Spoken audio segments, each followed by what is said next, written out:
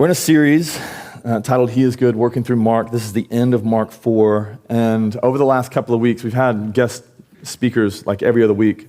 But over the last couple of weeks, we've looked at the stories of Jesus, the parables of Jesus. And this particular story shifts from a parable to an interaction, to an actual thing that's happening. And this particular passage is really a living summary of the parables. So what Jesus has taught on, they're actually going to live it in their lives right now. And maybe he set it up that way. I assume that he's sovereign, so he knows that, but that's actually what happens. And so, for example, in chapter 3, go to the slide here. Chapter 3, we learned that Jesus is misunderstood. He's misunderstood by his family. What he's doing is misunderstood. It's like they're calling it evil. The invitation to those who misunderstand was to rest and trust that he will care for them like family. But then we looked at it a little bit further into that he was oddly compelling, that there's this idea of following Jesus that was oddly compelling. And in this particular space, it's odd that someone would sleep during a storm and they feel that it's odd. They're watching him doing this, like this idiot. He's sleeping while there's a storm. There's stuff to do. But it is compelling because he's so unafraid. He's so calm in the midst of issues and things that are going on. Everybody else is freaking out, and we know that in our hearts. You see somebody when the world is falling apart and they're steady and stable, you might be like, I don't know why they're that way, but I wish I had a little bit of that. Jesus has all of that. Chapter 4 says that his word is filled with power. He talks about it like a seed that's filled with power and life. And so here you actually see that he speaks he speaks two words out into the storm, and it calms the storm. So you get to see literally that his word is literally filled with power enough to stop the wind and the waves. And then he says that life with him, the way the kingdom functions, we looked at this 2 weeks ago, that the way the kingdom functions is many times in this life, he will call you and lead you into spaces that make no sense whatsoever. Following Jesus is not riddled with tons of peaceful times and just no issues whatsoever. It is riddled with conflict and difficulty, and he calls you into spaces, and he's like, this is going to lead you to greater life. And you go, I don't think that it will. And actually, you see that here for the disciples. It's very, very true that they're following Jesus, being led by him. Hey, let's go to the other side. And then for them, they're going, well, if you're leading us into greater life, why are you leading us into the storm? Why do we have to go into the sea? Why did you wait till evening to come so that we hit the storm? Why would you wait for that? We could have left at any time today. You chose to wait to the last possible second so that we would hit this storm on the way. Why would you do that? Why is life with you so difficult? And this week I was reminded of the wedding of my sister and her late husband, and it was just a beautiful thing that just the video of the marriage and the way that their family came together, November 12th, it was just a beautiful thing, but it was also just a reminder that a year later he died tragically, and then the son that she was pregnant with that they were going to have together was born 2 days later. And so it was just kind of refreshing in my brain, like, why the sea? Why do you call us Jesus? Why do the people who are seeking to trust you seem to have more issues than the people who want nothing to do with you? It would seem to be that we just shouldn't believe in him because everybody else is crushing it, but you're leading me into spaces that are really difficult, a lot of storms. And so today, I think this question is still for us. I think this thing is still something that we can wrestle with, something that we can still deal with. Why do you lead us out into storms? Why do you take us through the sea? Why do you make sure that we actually hit some of those things when you know how to avoid them? You just chose to wait so that you made sure we hit them. Why do you do that? And so what I want to do is look at what Jesus does with the storm or through the storm. I want to look at what Jesus does during the storm, his actual actions during the storm, and then 3 things of what we should do in the midst of a storm. If you're walking through something that's a trial, that's a storm. So I'll use that phrase a lot. If you're walking through a storm, I mean trial, I mean something difficult, some form of suffering and things like that. So the first, what Jesus does with the storm, how he uses the storm. And in order to understand how Jesus uses the storm and what he does with it, we need to understand 4 things that the sea represented to these people and Jewish people at this time. Very quickly, the first one is the sea to these people represented chaos.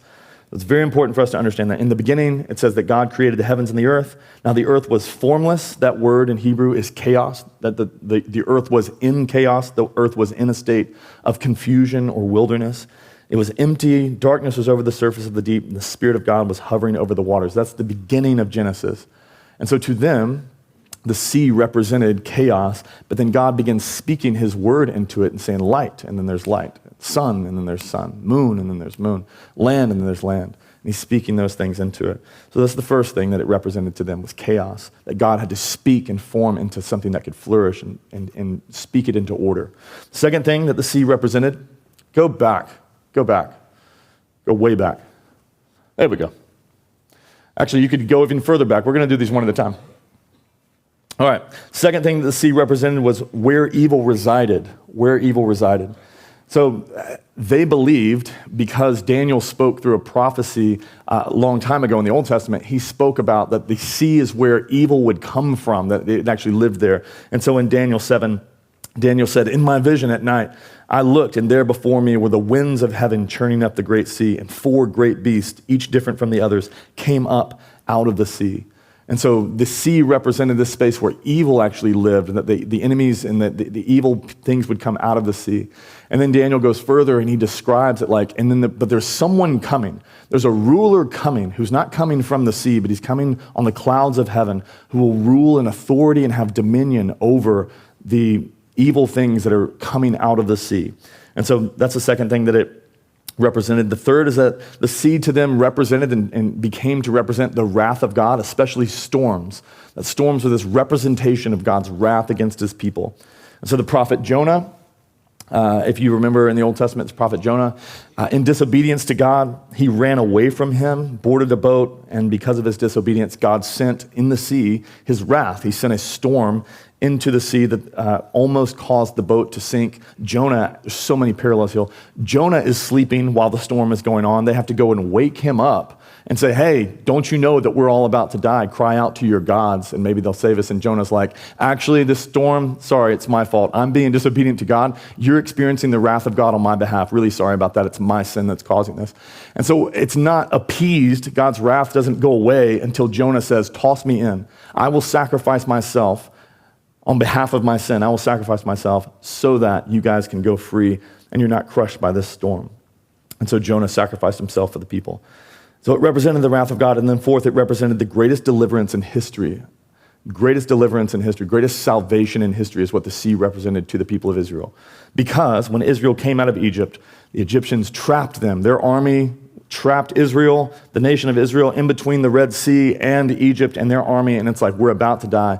And God commands the wind and the waves. He uses his words to command the winds and the waves in order to create a path through the sea that led Israel to be able to go through on dry ground, and all of Egypt was crushed, and they were actually to be set free. And so, it says this in Exodus 14. It says, "All that night the Lord drove back the sea with a strong east wind and turned it into dry land. The waters were divided, and the Israelites went through the sea on dry ground, with a wall of water on their right and on their left. That day the Lord saved Israel from the hands of the Egyptians. And when the Israelites saw the mighty hand of the Lord displayed against the Egyptians," notice what happens. The people feared the Lord, and you see that in this text here. They're fearful of the storm, and then all of a sudden they're fearful of Jesus and intimidated by him, like, who is this? What's he like? And so all of that symbolism is swimming around in the heads of the disciples. Like, all of them see that about the sea. All of them understood those things that we would just miss, but all of them had those, all of that history, all of that Old Testament stuff. All of them had all of that stuff swimming around in their heads. And so, now you can go to that next slide. When Jesus spoke words, "Peace, be still," it's a callback to Genesis 1 for them, and it's supposed to be a callback to Genesis 1 for us. Jesus is revealing through the storm, I am the same God who can command the wind and the waves. I'm the same one that can speak one word, peace, quiet, and it does it. Be still, and it does it. 2 words he speaks, just like God does it in Genesis 1. And so for them, it's this callback where they're watching this happen, and it's this reflection to this space long ago when God did that and spoke order into the chaos, and Jesus is speaking order into the chaos. The same with the Daniel one. When Jesus rules in authority and power over the rage of the sea and over the space where evil resides, it's a callback to Daniel 7. He's revealing that he's the one written about in Daniel that didn't come out of the sea, but he's the one that came from heaven and will rule in authority and power over every evil that comes from the sea. When Jesus calmed the wrath of God with his words, it's a callback to Jonah. He's revealing that one greater than the prophet Jonah is here. Jonah only was able to calm God's wrath by sacrificing himself because of his sin. But one greater than Jonah is here. He can do it with his words. He can speak into it. But then it's also this looking forward and this illusion moving forward and going, and this is what will happen. Jesus, like Jonah, will sacrifice himself, not because of his sin, but on behalf of the sins of other people. And just like Jonah lived in the belly of the fish for 3 days and then was spit out, Jesus will live in the belly of the earth for 3 days and then rise again. It's all of this stuff that's happening in this space. And then when Jesus drove back the wind and the sea, and the wind and the sea obeyed his words. Again, it's this reflection and this callback to Exodus 14, where they would be like, wait, this is what God did for us and our people. This is the way that he created the greatest deliverance in history was to use his words to calm the wind and the sea. So it's a call back to that space, but it's also a looking forward into this space and going, the same God that created the greatest deliverance in the history of Israel, he is going to even one-up that and do a greater deliverance. And he won't just create deliverance from the oppression and the subjection to the Egyptian armies and all of that stuff. He won't just free us from the Egyptians. He will free us from our sin. And it's not just for the Jewish people, it'll be for everybody. And so all of these things that are happening, all of this history and all of that stuff, and all of these things that Jesus is doing, these things were colliding in front of the disciples. And what Jesus does through the storm is he uses it as an opportunity to actually reveal, this is more of who I am. This is more of what my purpose is. This is more of what's available in me. This is more of what I'm actually like. And so he uses the storm to elevate their vision of him so that they see him properly, not just as a rabbi or a teacher who has some really cool stories that nobody can understand. But he's like, you're actually somebody completely different. And really they go from fear of the storm to all of Jesus. And they go from asking, in some sense, they were asking like, why shouldn't I be afraid of the storm? And they shift and they go, why should I be afraid of the storm? As soon as they realized more about who Jesus was, it was like, of course I should be afraid of the storm. And it's like, oh no, I shouldn't worry about this at all. I should actually be more fearful of the person sitting in this boat with me that was sleeping earlier. That's who I should be fearful of. And so he does this thing and he uses the storm in their lives to elevate their vision of him, to lift himself up and for them to be able to see things about him that otherwise they just would have missed. And he used the hardship of the storm in order to do that. And to me, I think this is what he wants to do to all of us and with all of us through every single trial and storm and thing that we face in our lives. It is an opportunity that he can use to actually elevate what he's like, to reveal more of his character and more of who he is and what's available with him. And the difficulty is storms are the worst. Suffering sucks. It's not fun. You can laugh at that. It's okay. It's not okay. He said sucks. But it's not this thing that we're like, I'm just so excited for the storms of life and I just can't wait to lose my job. I'm so excited. Like no one's excited about those things. And yet it's the space that he has for them. When he wants to do something in our lives to reveal something to us, it normally is revealed through a hardship and through some squeezing and some pain that he wants to do something with. You see this all throughout the scriptures, that there are certain things that you will not learn unless you walk through a trial or walk through a difficulty. So you see this with Joseph in the Old Testament. He learned that, if you remember the story, he learned that God could turn horrible things to good because he walked through a bunch of horrible things with his family, sending them into slavery and being wrongfully accused and being sent to prison. Like he learned that God could take horrible stuff and do amazing things through horrible things because he walked through horrible things and watched him do that. But the only way to learn that is to walk through horrible things for years, to sit in a jail cell and be like, I'm wrongfully accused, I shouldn't even be here. But then he walks on the other side of it and he's like, well, I learned that what the enemy intended for evil, God intended for good. He sent me here through this hard space. It's like the only way to learn that is actually live that for a bit, and living that is painful. Israel the same way. Israel found out as they were walking through the wilderness, waiting for the promised land, they found out that God would sustain them when they don't have water and when they don't have food. They found that out by going into spaces where they're like, we cannot sustain ourselves. I can't get myself water. I can't get myself food. And so they go from these spaces of almost starving and almost thirsting to death and then realize that God would provide for them. But in order to realize that, they have to go to these spaces where all of a sudden they're wondering, am I about to die? And it's like, oh no, I didn't. He came through for me. And so they found that he could come through for them, but they found it by actually walking through it. King David, before he was king, he says this in 1 Samuel 17. He's like, I know that I can defeat the giant Goliath. The reason I know that is because when I went toe-to-toe with a bear and that lion, God delivered the bear and the lion into my hands. And so you can miss it in the story. It's like, oh, cool. So you were almost killed by a bear? Mm-hmm. Okay, so in order for you to learn that God can deliver from a bear and a lion, you have to go fight against a bear and a lion. And David's like, yeah, I've done that, been there. I've walked through the hardship of actually fighting for my life a lot. This is nothing new. And the same God who did it for me then, he's the same God, and he'll do it for me now. But he learned that by actually walking through those things. Daniel learned that God could save from the mouth of lions because he was thrown into the lion's den. There's only one way to learn that. Can he save? I don't know. Get in there and find out. And he went in there and he found out.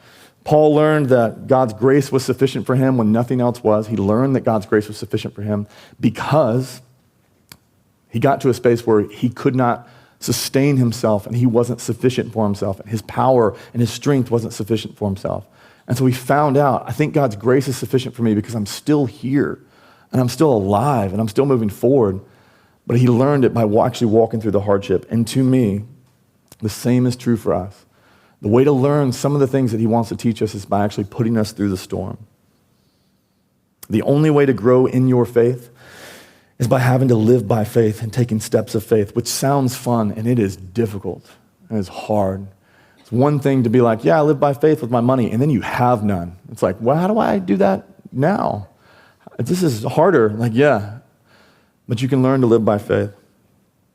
The only way to know that he's trustworthy and dependable and learning how trustworthy and dependable God is having no one else to depend on and having no one else you can trust. And then all of a sudden you walk through that space and you see that he is trustworthy and he was dependable and he did have your best interest in mind and he was going to care for you. But the only way to learn that is by actually going through a space where you have nowhere else to lean. And the only way to learn that he is a God who will provide for you is when you go through times that you cannot provide for yourself.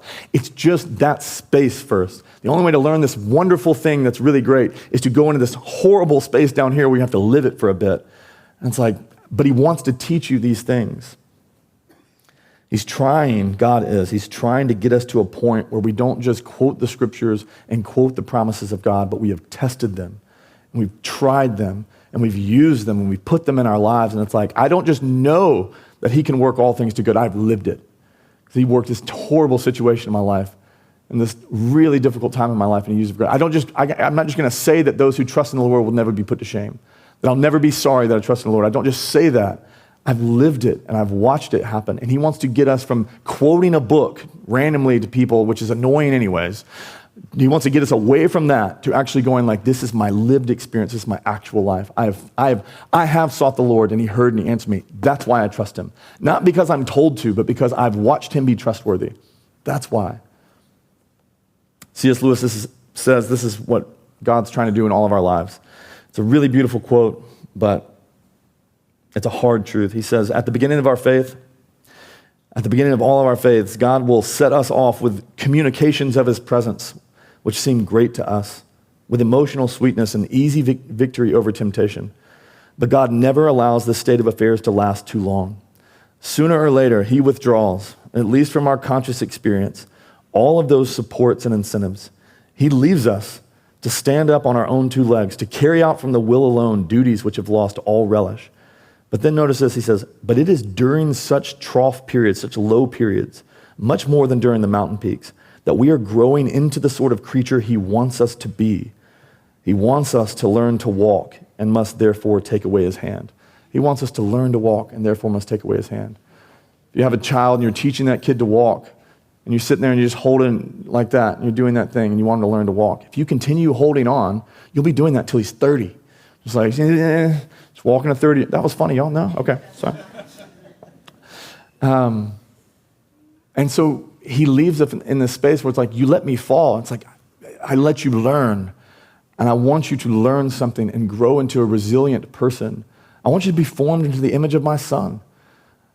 And if you think of Jesus' life, it's like he followed the Father through the hardest, most difficult storms of all. And he followed him and trusted him, even when the Father said, go to the cross and die, give your life. And he was like, I will do it with joy, because I trust you that much that whatever you're calling me into is something that is for my good and for the good of others, and that you'll take care of me in the process.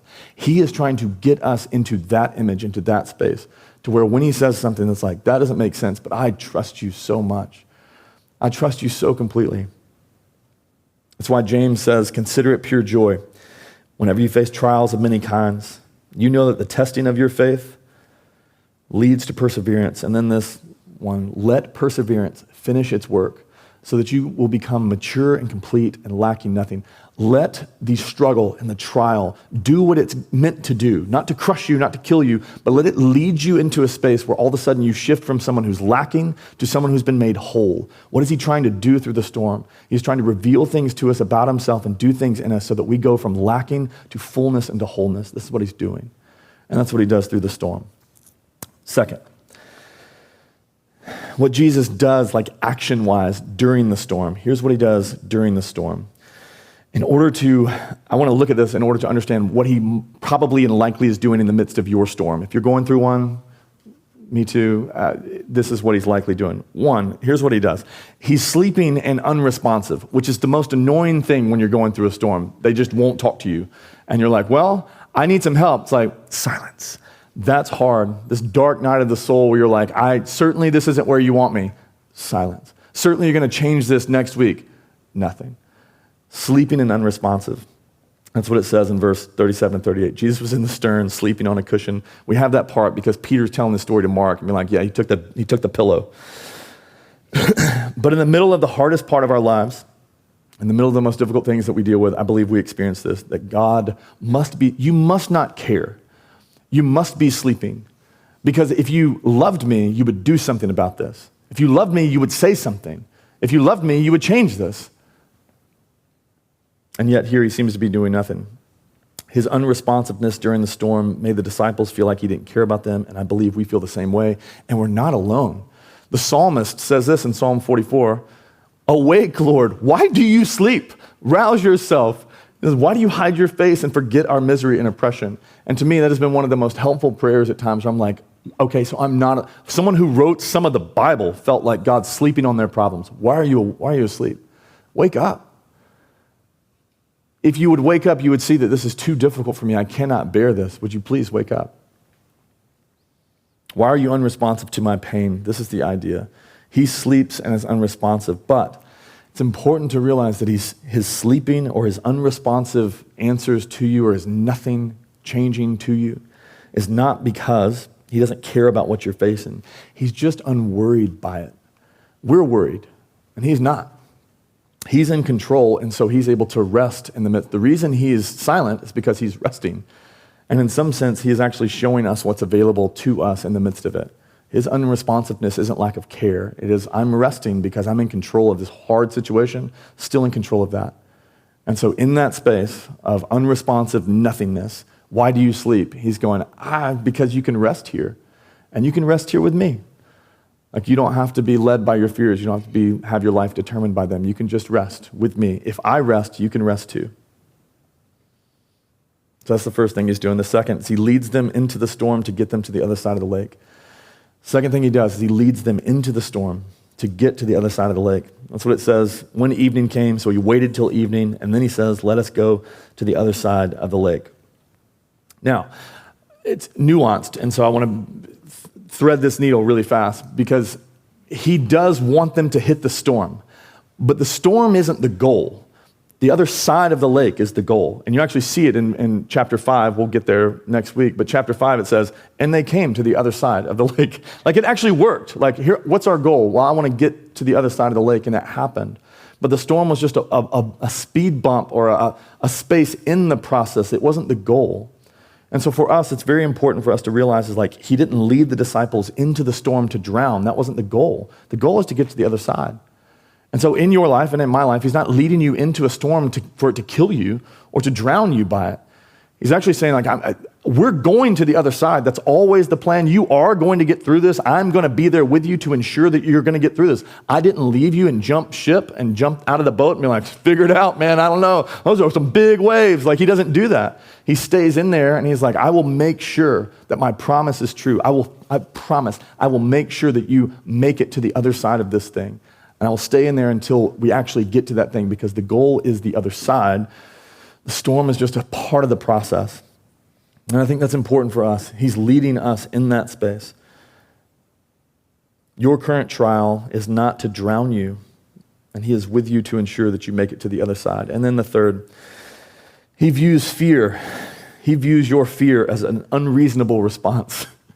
He views your fear and all fear as an unreasonable response. You see it in the question, why are you so fearful? It's like, well, the boat is sinking, so that's why. And he doesn't do, like last week, Shannon was like, we learned how to make empathetic statements. Jesus doesn't empathize with their fear here. Go to the empathy thing right there. Here's empathy. You're supposed to say this. You feel emotion, whatever emotion that is, because of experience. So what Jesus, to empathize with us, should be like, you feel fear because the boat's sinking. And they would be like, you see me. You get me. But he does not do that. And Shannon also said, don't ask why. Never ask why questions. Guess what Jesus does? Big old why question. Why are you afraid? And it's like, isn't it obvious? Look around. Like, look, this is crazy. And Shannon said, don't ask why questions because it puts you on the defensive. And I think Jesus wants them to be a little defensive. I think he's putting them on the defensive. Why are you afraid? You should not be afraid. This is a very unreasonable response. And to us, fear in the midst of something scary is a very reasonable response, but to Jesus, it's not. If he's there, he goes, fear is always unreasonable. Fear is never appropriate if I'm right there with you. It never fits. And to empathize with it is actually something that would hurt you, not help you. And the crazy thing is like he empathizes with every other emotion. People are sad, and like Lazarus at the tomb, he's weeping, and he's weeping with those who are weeping because they lost their brother. He empathizes with them, he sympathizes with them, he cries with them. He's the most understanding human because he is God and made our hearts. He's the most understanding. And yet when it comes to fear and to worry, he's like, why are you doing that? If I'm with you, there's no reason for this. There's no reason to get there. And so for me, he's saying like, if I'm with you, your fear is inappropriate and it's unreasonable. You don't have to stay in that space, and that doesn't have to be your experience. It can sound harsh, and I think it did sound harsh to them, and it can sound harsh to us. If we're walking through one of the hardest difficulties of our life, for someone to be like, why are you afraid? And it's like, because my life is burning to the ground. That's why I'm afraid. And I think Jesus would still say, but why? If I'm with you, you don't have to be afraid. And again, it can sound harsh, but I think he's presenting this idea and this truth that's available to all of us and casting this vision of like, there's a way to go through storms and not be completely terrified by the storm. There's a way to walk through some of the most difficult things in your life and still be at peace in the midst of the storm.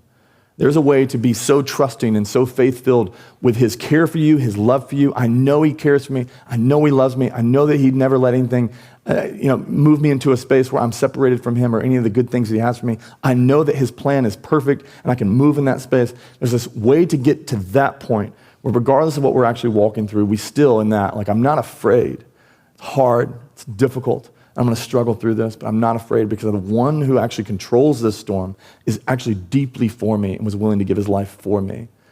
And so for us, I think what's presented is this idea that like on this side of the cross, they didn't know that yet, but on this side of the cross, we have this ability to look back on like how willing is he to make sure that I'm cared for? I'm like, oh, he's willing to give his life. How willing is he to provide for my needs? He's willing to bleed and die and be ashamed and have thorns crushed into his face. Like, how willing is he to help me? It's like, very willing to help you. And so it's supposed to drive away, his perfect love is supposed to drive out fear from us, even in the midst of hard things that we're doing. And so to us, I do think that he would ask, why are you so afraid? Do you still struggle in this space? And I don't think he's being mean. He's just not empathizing. He's not going, it's cool, it's fine. He's not doing that. You are a snowflake and special made in your own way, but he's not doing that thing in your struggle. He's going, there is no reason to fear if I'm with you. The pagans have reason to fear, and he actually says that. Why are you worried? Are you a pagan? Like, is that why you're worried? And so it's this space for us where he's going, you don't have to live that way if you don't want to, and the invitation is, in your fear, when you begin to feel that emotion, remember, he is not calling you into a space of fear. He would never do that. He would actually say it has no space here. We talked about this on Wednesday morning with our men's group, just some fears that we have. And one that I have is that Teddy will die at an early age. And I live with that fear every day. But I know that it's unreasonable, but it's still there, right? Like it's still this thing that we went camping this weekend and I had to I'm going to run up here and do this thing. Like you stay here. And if anybody tries to steal you, like punch them, whatever. Whatever it takes. And I still have this thing that gets in there. The issue is when I make decisions out of fear, I pass fear on to my son. When I make decisions out of fear, I'd make bad decisions, worse ones, not good ones. And so I think Jesus genuinely is going, why are you afraid? This only leads to death. There's never a decision out of fear that's going to lead you to me, because there's a space that exists for you where you don't have to live in it and be ruled by it. Okay, that's what he does in the middle of the storm. He asks, why are you afraid? Because it's unreasonable for you to be afraid if I'm with you. He led you through the storm, not to be drowned by the storm, but ultimately to get to the other side, and he will ensure that you do that. And then he is in those spaces many times sleeping or unresponsive, and that's hard, but it's not because he doesn't care. The last, what should we do during the storm? What should we do during the storm? The first is seek to draw nearer, not further. Seek to draw nearer to him, not further from him. So many people fall away during the struggle. Two different ways of doing things, walking through just the difficulty of life with Jesus and going, you could have done better. Or there's this other space of walking through the difficulties of life with Jesus and going, certainly you know exactly how I feel. I haven't suffered as much as you have. And the answer is, no, you haven't. He has gone before us in suffering. And so there's a space where you can delete him from your life because you let life be too hard for me, and you can walk away from him, and people do that. And then there's this other side where it's I actually need the one who suffered like me and suffered more than me. I need you so close because I don't know that I'm going to make it if you don't stick with me. And so I have to draw near to the one who actually has everything that I have. I have two options in the midst of a storm, and I would just encourage you, draw nearer to him, not further from him. The disciples tried everything, and Jesus doesn't get mad at them. Did the bucket not work with the water? Was that not helpful? He doesn't get mad at them for doing that. But it was really doing nothing. It's not helping. And it wasn't until they shift their gaze. They even went to Jesus incorrectly. They went with wrong motives. They went with wrong questions. But they still went to him. They went in anger and fear and disbelief of his care for them. But they still went to him. And as soon as they went to him, all of a sudden, everything that they were longing for and wanting to experience begin breaking out among them. They went to Jesus incorrectly, and they still found the thing that they were longing for. And so whatever it is for you to in the middle of the struggle that you're dealing with, to move towards him, even if you're moving towards him with a lot of angry questions and vitriol, I'm just mad at you, fine, but just move closer to him. Turn your complaints and your frustrations and your anger, turn them into prayers by talking to him about them. Because it is when they actually face him and look to him, even though they're doing it wrong, they actually figure out, this is what I was looking for. And he begins helping them even though they're coming with wrong motives. So seek to draw nearer to him, not further away. The second is, don't assume you know how your storm is going to go. The disciples experience a storm and we're dead.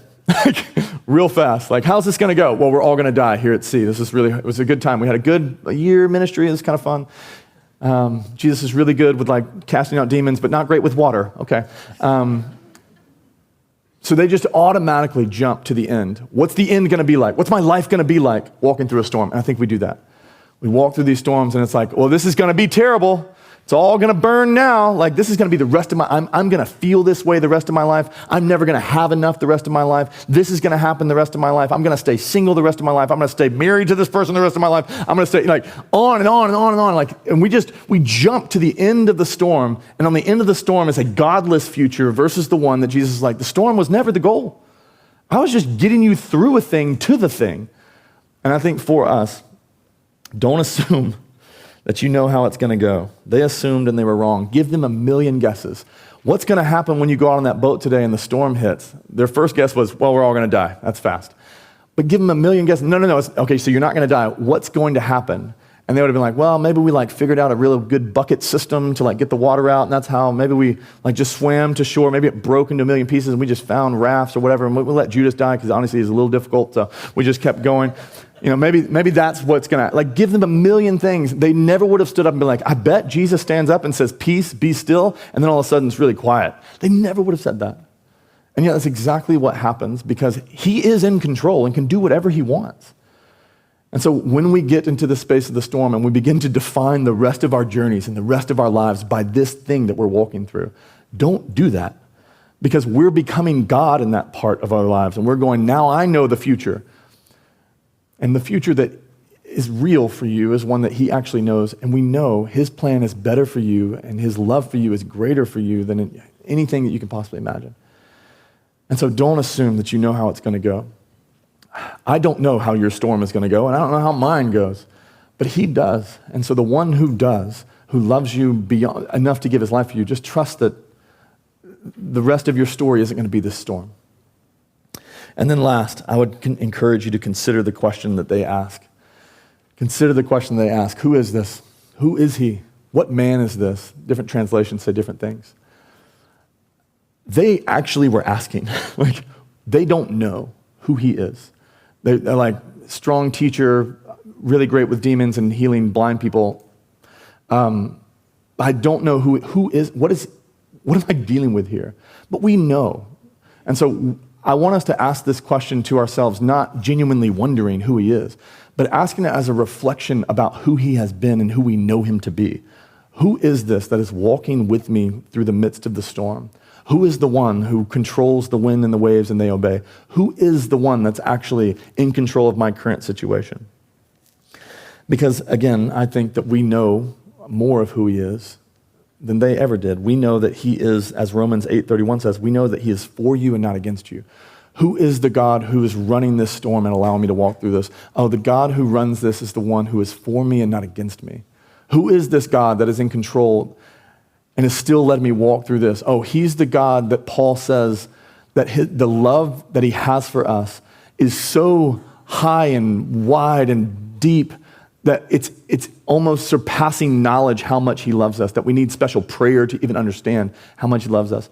Who is the one that's in control of my pain? Oh, he is the one that did choose to go to the cross. He is the one that chose to bleed instead to run. He is the one that they said, just if you're God, come down from the cross and then just prove to us. And he could have done that, but he chooses like, no, I'm going to stick here and I'm going to stay here until it's done so that I can care for the people that I deeply love. Who is he? And so when you're walking through something difficult and you're wondering, what is this storm? How long is this going to last? These questions are fine. But who is the one that runs it? And then to be reminded of the love that he has for you, the way he's proven that to you, the way that he was in the past is the same God he'll be in the future. And you're able to just consider this is who he is. And so if that's who he is, let that inform my current situation versus just looking at the wind and the waves and being terrified by them. And so it's a great thing to do, just to reflect, who is the one that controls this circumstance that I'm actually walking through? And I think as we do that, we'll be filled with more trust and more faith because we'll remember, like, this is who he is. He's willing to care for us so much that he was willing to give his life for us. And then death couldn't stop his plan. And so if death can't stop his plan, certainly my storm can't stop his plan for my life. Death is the stopper, right? Like, that's the end. I had plans for tomorrow. I died, couldn't do those plans. For him, just give it a few days, and then he's like, no, I'm gonna keep rolling with my plan. If that didn't stop him, then it leads us to the space and it's like, okay, then certainly the good plans that he has for me isn't going to be harmed by this evil person in my life or this thing that I'm dealing with, or the storm, or the struggle and the trial. Certainly he came to give life and life in abundance. That's not going to be hindered by the fact that I lost my job or I'm dealing with this or dealing with that. Certainly he can continue to move forward with this plan. If death couldn't stop him, then nothing can. And he is for us and with us and not against us. And so this is a space where we're supposed to consider, who is he? And if he is with you and for you, then there's no reason to be afraid. So if you're walking through a storm, the storms reveal things about Jesus that you would miss otherwise. I'm not saying it makes it easier, but it is true. He is seeking to make you whole always. What he does in the middle of your storm might be confusing. He may be silent, but he is trying to get you to learn to walk. And he has proven his love for us on the cross, that he is willing to do whatever it takes to care for you. So when he rests, you can rest with him, and he makes that available to you. And so I want to finish by just asking, anybody in a storm, Like, if you can, you're in church, so it's okay, thanks. Yeah, if you raise your hand, I just want to read this over you. Could you keep them up? You can tell everybody. It's fine. There we go. We're a community. We belong here. Cool. I'm in one too. I'll just join you in this, okay? Yeah. There are dozens of us. They're everywhere. It is part of it. Walking with Jesus doesn't lead us into this space where there's no storms and no trials. But walking with Jesus does lead us to this space where we can be filled with awe and wonder at the end of the storm and looking back on it and being like, can you believe what he did? Can you believe he still got me through that? I want to read this over you and then I'll pray for you.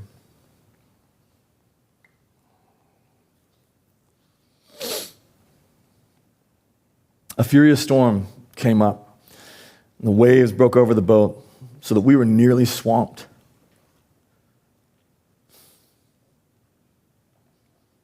But Jesus was in the boat, resting on the cushion. We wanted to wake him. Say, don't you care? This is going to kill me. Don't you care?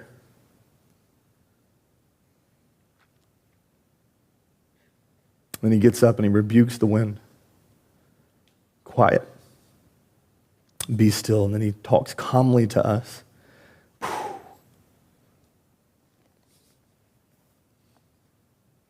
Why are you so afraid? Have faith in me. There is no reason to be afraid.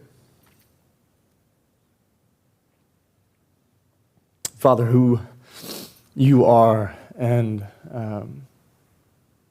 this space that they go from fear of the storm to awe and wonder of you, give that to us. For those who are walking through just a spot, just a speed bump that seems more like years than just a speed bump, a season that's turning into a decade. Who is this that controls the wind and the waves? Who is this that controls our storm? God, would you show us again who is this who loves us so deeply that you would give your life? Help us to trust you and not fear. Fill us with faith. In Jesus' name, amen. Communion testifies to this idea that we get to do this every single week. It's a celebration and it's a reflection. It is a reflection of who is this? What's he like? Can I trust him with my life? Can I trust him with my story? Can I trust him with this situation? Or should I just bail on this ship and go do something else? And communion is a constant reminder. He gave his blood. He had his body broken. And it wasn't to just accomplish some amazing plan. It was for you, to provide for you, to care for you. Not to shame you over your sin, but to actually be able to set you free from this thing that actually does plague our world and plague our lives, so that we can live in this space with him, experiencing heaven on earth here and now, peace on earth here and now, and then one day fully forever. And so this is just a reminder. So if you're walking through something difficult, there are dozens of us. I would just encourage you to be reminded, like, he chose to bleed for you. He chose to have his body broken for you. And it wasn't like, so now worship me. It's like, so now just rest with me. I promise I got you. So take some time, sit in that for a bit, talk to him, complain to him, be angry with him about what you're walking through, cast your worries and your cares upon him, whatever you need to do, or just worship him. And then come and receive the elements together, and then let's commune and take communion. Remember, who is this? He's the one who gave body and blood so that we could be set free.